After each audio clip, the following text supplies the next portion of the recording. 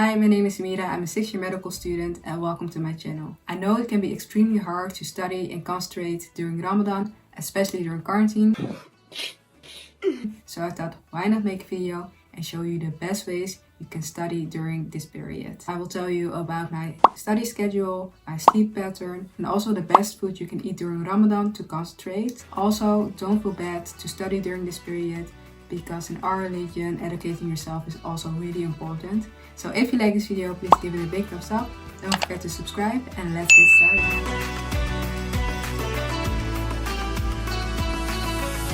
First of all, make a good study schedule. I will break down my own study schedule for you.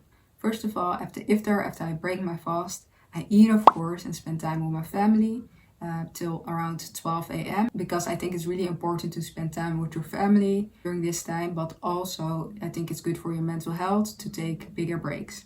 From 12 a.m. till 3 a.m. I study, and from 3 a.m. till 4 a.m. I eat my breakfast and pray. And afterwards, from 4 a.m. till 7 a.m. I study again.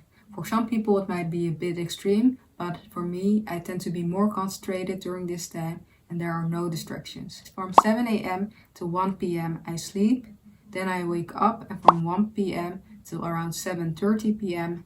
I study again. From 7:30 p.m. till 9 p.m. I sleep, and 9 p.m. it's time to eat again. When it comes down to making a study schedule, I usually do it the night before, usually after Iftar, because then I know exactly what I'm going to do the following day.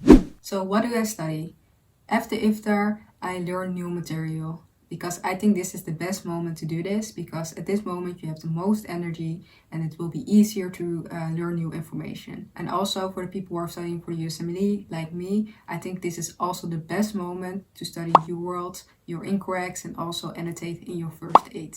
Between 1 p.m. and 7:30 p.m. I revise. I honestly don't have the energy to study new information during this period. So usually what I do is grab my flashcards. So for example, paper flashcards, or do it on my phone. It keeps me motivated because I feel like I know the information because I studied it the day before. I feel like if you're studying new information during this period, so in the afternoon, that you will be less likely to remember those things the following days. So I think it's best to revise during this period and then learn new information in the evening and at night. When it comes down to breaks, I'm a big fan of the Pomodoro technique. Like I said in my previous videos, for example in my How to Stop Procrastinating video, I will link that video down below by the way. But the Pomodoro technique is a technique where you basically study for 25 minutes, then take a break for 5 minutes, and after 4 rounds you take a break for around 30 minutes. And for me, I think it's the best technique because it helps me to concentrate. I also pray, of course, so for me that's also a break. And lastly, I always try to go outside to get some fresh air. I know we're in quarantine, so we shouldn't go to places where there are a lot of people, but for me, going for a walk or going to the supermarket to buy food for Iftar. When it comes down to my sleeping schedule, I have a biphasic sleeping pattern. This is basically a fancy word for someone who's sleeping twice a day. So I sleep from 7 a.m. till 1 p.m., 6 hours of sleep. And then I sleep from 7:30 p.m. till 9 p.m. So that's 1.5 hours of sleep. I try to finish one sleep cycle because I don't want to wake up and feel more tired than before. The reason why I sleep before Iftar is because my energy is really low. So for me, studying at that moment is not a good idea. And also I know that when I wake up, I'm able to eat. So that's something I look forward to. I'm not saying that everyone should have a biphasic sleep pattern, but figure out what works for you. And I feel like this is the best thing that works for me, so that's why I do it. Food and drinks. First of all, do not miss your morning meals. This is so essential for you to concentrate throughout the day. So what should you eat? First of all, it's really important to eat complex carbohydrates. These are rich in energy, but release this energy slowly throughout the day. So for example, rice, bean, oats, whole wheat, but also try to combine this with food that are rich in protein. For example, cheese and eggs. Also incorporate brain food like avocado, dark chocolate, walnuts, eggs, almonds, and even dates. You don't have to eat dates only during Iftar. You can also incorporate dates during your morning meal. So I think it's a great way to incorporate those things in your morning meals, because I think you're able to concentrate more. I'm going to say something that's going to make some people angry, but you have to avoid coffee. Coffee is a strong diuretic and it promotes water loss.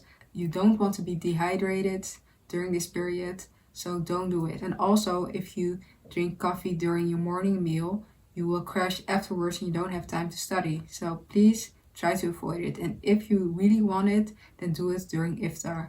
The same goes to tea, because some people claim that tea is a mild diuretic. So if you drink it, then do it during Iftar. And the things you should drink is, of course, water. Everyone says it, but try to spread it out. Don't drink a lot of water during one period, because that can mess up your electrolytes. So try to spread it out. And also you can drink smoothies so that you will also have your vitamins.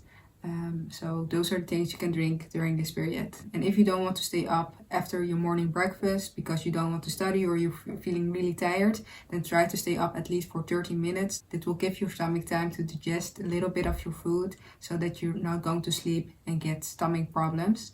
When it comes down to Iftar, try to avoid sugary, fatty and fried food. I know it's easier said than done, but please don't do it, because you will feel lazy, you feel lethargic. If you really want to have something sweet, try to have natural sweeteners like honey or fruit. Those are things you can use for that. And also try to eat slower so that you're not eating too much food, because you also have to remember why we're doing Ramadan in the first place. Study with friends who are also fasting. I know during quarantine you cannot visit them, but try to video call them, try to study together, because that will help you to stay motivated. It will also help you to bond and share your experiences with each other. So I think it's a great way to do that. Lastly, don't be too harsh on yourself. At the end of the day, everything is out of control. Look at this pandemic. So try your best, spend time with your family, use this time to get closer to God, and hopefully the rest will follow. No worries. So if you like this video, please give it a big thumbs up. Don't forget to subscribe, and I will see you in my next video.